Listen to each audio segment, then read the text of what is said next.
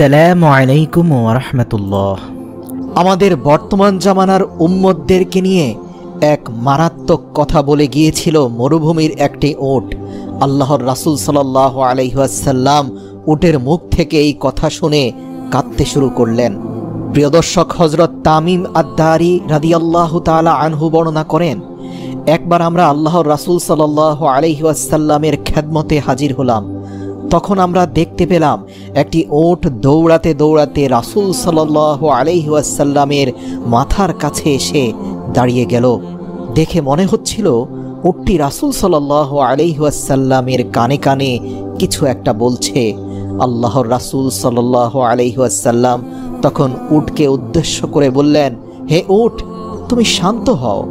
যদি তুমি সত্যবাদী হও তাহলে তোমার সত্য কথা তোমাকে ফায়দা দিবে, কিন্তু তুমি যদি মিথ্যা বলে থাকো তবে তোমাকে মিথ্যা কথা বলার জন্য শাস্তি দেয়া হবে। নিশ্চয়ই যে আমার নিকটে আশ্রয় নেবে আল্লাহ তাআলাও তাকে নিরাপত্তা দান করেন, আর যে আমার নিকট আশ্রয় নেয় তাকে আল্লাহ কখনো নিঃস্ব হতে দেয় না।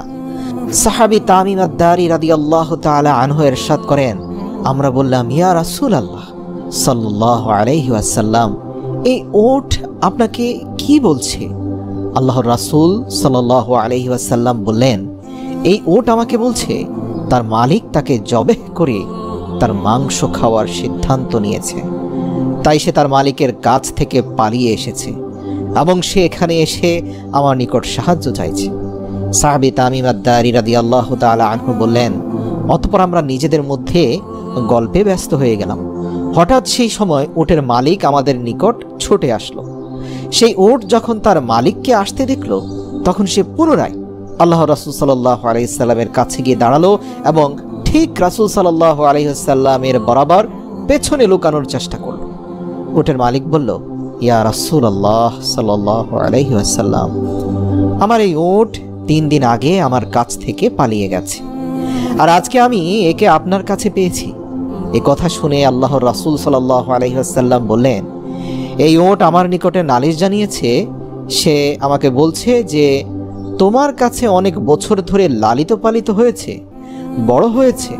যখন প্রচণ্ড গরমের সময় আসে তুমি তখন তার পিঠে চড়ে ঘাস এবং চারণভূমির এলাকায় যেতে, আর যখন শীতের সময় আসতো তখন তুমি তার পিঠে সাওয়ার হয়ে গরম এলাকার দিকে সফর করতে। আর এখন যখন সে বার্ধক্যে উপনীত হয়েছে তখন তুমি তাকে জবেহ করে তার মাংস খাওয়ার পরিকল্পনা করেছ। উটের মালিক বলল, ইয়া রাসূলুল্লাহ সাল্লাল্লাহু আলাইহি ওয়াসাল্লাম, ঘটনা ঠিক তেমনই যেমনটা আপনি বর্ণনা করেছেন, কিন্তু প্রশ্ন হলো সে কিভাবে আপনাকে সব জানালো? এই কথা শুনে আল্লাহর রাসূল সাল্লাল্লাহু আলাইহি ওয়াসাল্লাম বললেন, আচ্ছা বলো তো, একজন অনুগত একনিষ্ঠ খাদেমের তার মালিকের প্রতি খেদমতের প্রতিদান কি এটাই পাওয়া উচিত? উটের মালিক বলল, ইয়া রাসূলুল্লাহ সাল্লাল্লাহু আলাইহি ওয়াসাল্লাম, এখন আমি একে বিক্রি করব না, একে জবেহ করব না। আপনি যা অনুমতি দেবেন আমি তাই করব। এরপর আল্লাহর রাসূল সাল্লাল্লাহু আলাইহি ওয়াসাল্লাম সেই উটের মালিকের কাছ থেকে উটটিকে 100 দিরহামের বিনিময়ে কিনে নিলেন। তারপর তিনি উটটিকে বললেন, হে উট, যাও, এখন থেকে তুমি মুক্ত। আল্লাহ তাআলার দেওয়া রিজিক তালাশ করো।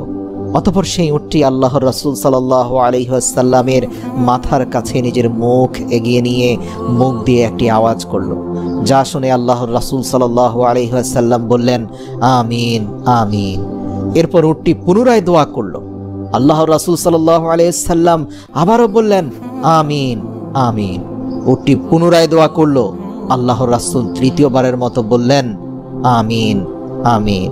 কিন্তু উটটি যখন চতুর্থবার একটি শব্দ করল তখন আল্লাহর রাসূল সাল্লাল্লাহু আলাইহি ওয়াসাল্লাম আমিন তো বললেনই না, বরং আবেগপ্রবণ হয়ে কাঁদতে শুরু করলেন এবং বলতে লাগলেন, হায় আমার উম্মত, হায় আমার উম্মত।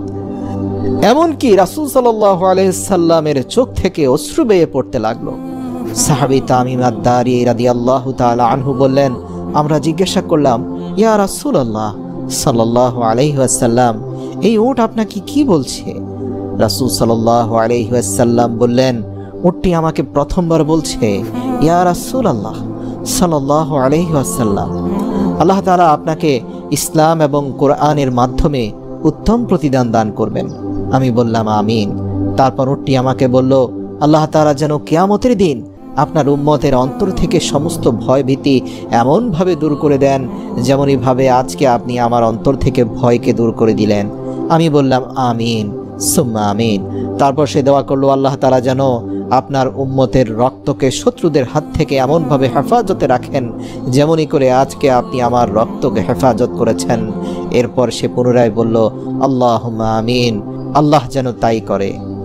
এরপর চতুর্থবার উটটি বলল, আল্লাহ তাআলা যেন আপনার উম্মতকে নিজেদের মধ্যে ঝগড়া, ফ্যাসাদ, ফিতনা, যুদ্ধ, বিগ্রহ এসব থেকে হেফাজত করেন।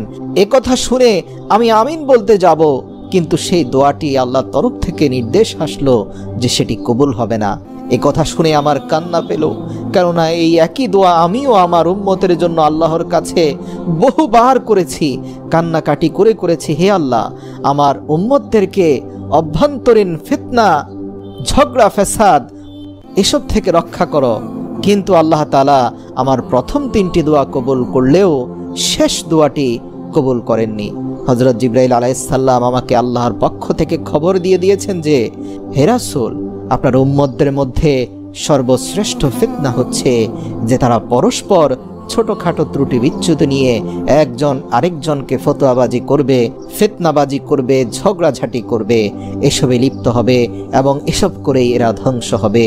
বাইরের শত্রু যখন এদেরকে আক্রমণ করবে এরা অভ্যন্তরীণ দ্বন্দ্ব কলহে ব্যস্ত থাকবে। এসব কিছু যা ঘটবে সবই তাকদিরে লেখা হয়ে গিয়েছে। কাজেই এই ক্ষেত্রে আল্লাহ আপনার দোয়া কবুল করবেন না। আল্লাহ আকবার। প্রিয় দর্শক, আজ আমরা মুসলিম সমাজের দিকে তাকালেই দেখতে পাই বিজাতিরা ঐক্যবদ্ধ হয়ে আজ ফিলিস্তিনের মাটিতে, আজ বিশ্বের বিভিন্ন প্রান্তে মুসলিমদের উপর চড়াও হচ্ছে। আর মুসলিমরা একে অপরকে অমুকের দালাল, তমুকের দালাল, ইয়াহুদির দালাল, ও কাফের, এ খারেজি, ওই ব্যক্তি শিয়া, ওই ব্যক্তি সুন্নি, বিভিন্ন দলে উপদলে বিভক্ত হয়ে বিভিন্ন বিভ্রান্তির মধ্যে পড়ে আজ মুসলমান শুধুমাত্র কালেমার ছায়াতলে আশ্রয় নেওয়ার কথা ভুলে গেছে। এরা এক গ্রুপ আরেক গ্রুপকে দুই চোখের এক চোখেও দেখতে পারে না।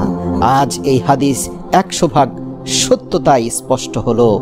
প্রিয় দর্শক, যারা এই হাদিসের মর্মার্থ উপলব্ধি করতে পারবে, আমি তো বলবো তারা বড় ধরনের ফিতনার হাত থেকে রক্ষা পাওয়ার সুযোগ তৈরি হবে।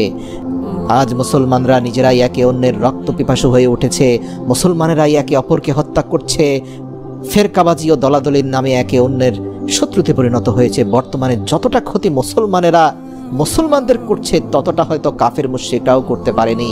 আমাদের সকলের উচিত আল্লাহ তাআলার রশি আল কোরআনকে ঐক্যবদ্ধভাবে মজবুত হওয়া আর একটি মাত্র কালেমার পতাকার নিচে সবাইকে আশ্রয় নেওয়া, তাহলে সব দলাদলি উঠে যাবে। আজ থেকে এক মুসলিম আরেক মুসলিমকে শুধুমাত্র এর ভিত্তিতেই গ্রহণ করবেন যে তার ভিতরে লা ইলাহা ইল্লাল্লাহু মুহাম্মাদুর রাসূলুল্লাহ এতটুকু আছে কিনা, ব্যাস। এরপরে আর কোনো দল সম্পর্কে জানার প্রয়োজন নেই। এতটুকুই মুসলিমের আসল পরিচয়। তার মধ্যে আর যত ত্রুটি বিচ্যুতি থাকুক না কেন, তা শুধুমাত্র এই কালেমার পরে সব কিছুই আল্লাহ ক্ষমা করে দিতে পারেন। এর ভিত্তিতে সকল মুসলিম আজ আমরা ঐক্যবদ্ধ হতে হবে, না হলে এই ফেরকাবাজিতে আমরা সবাই শেষ হয়ে যাব। আল্লাহ, আপনি আমাদের মুসলমানদের মধ্যে সম্প্রীতি, ভালোবাসা, সৌহার্দ্য, ধৈর্য বাড়িয়ে দিন, মুসলমানদের মধ্যে ঐক্য সৃষ্টি করে দিন। আমিন।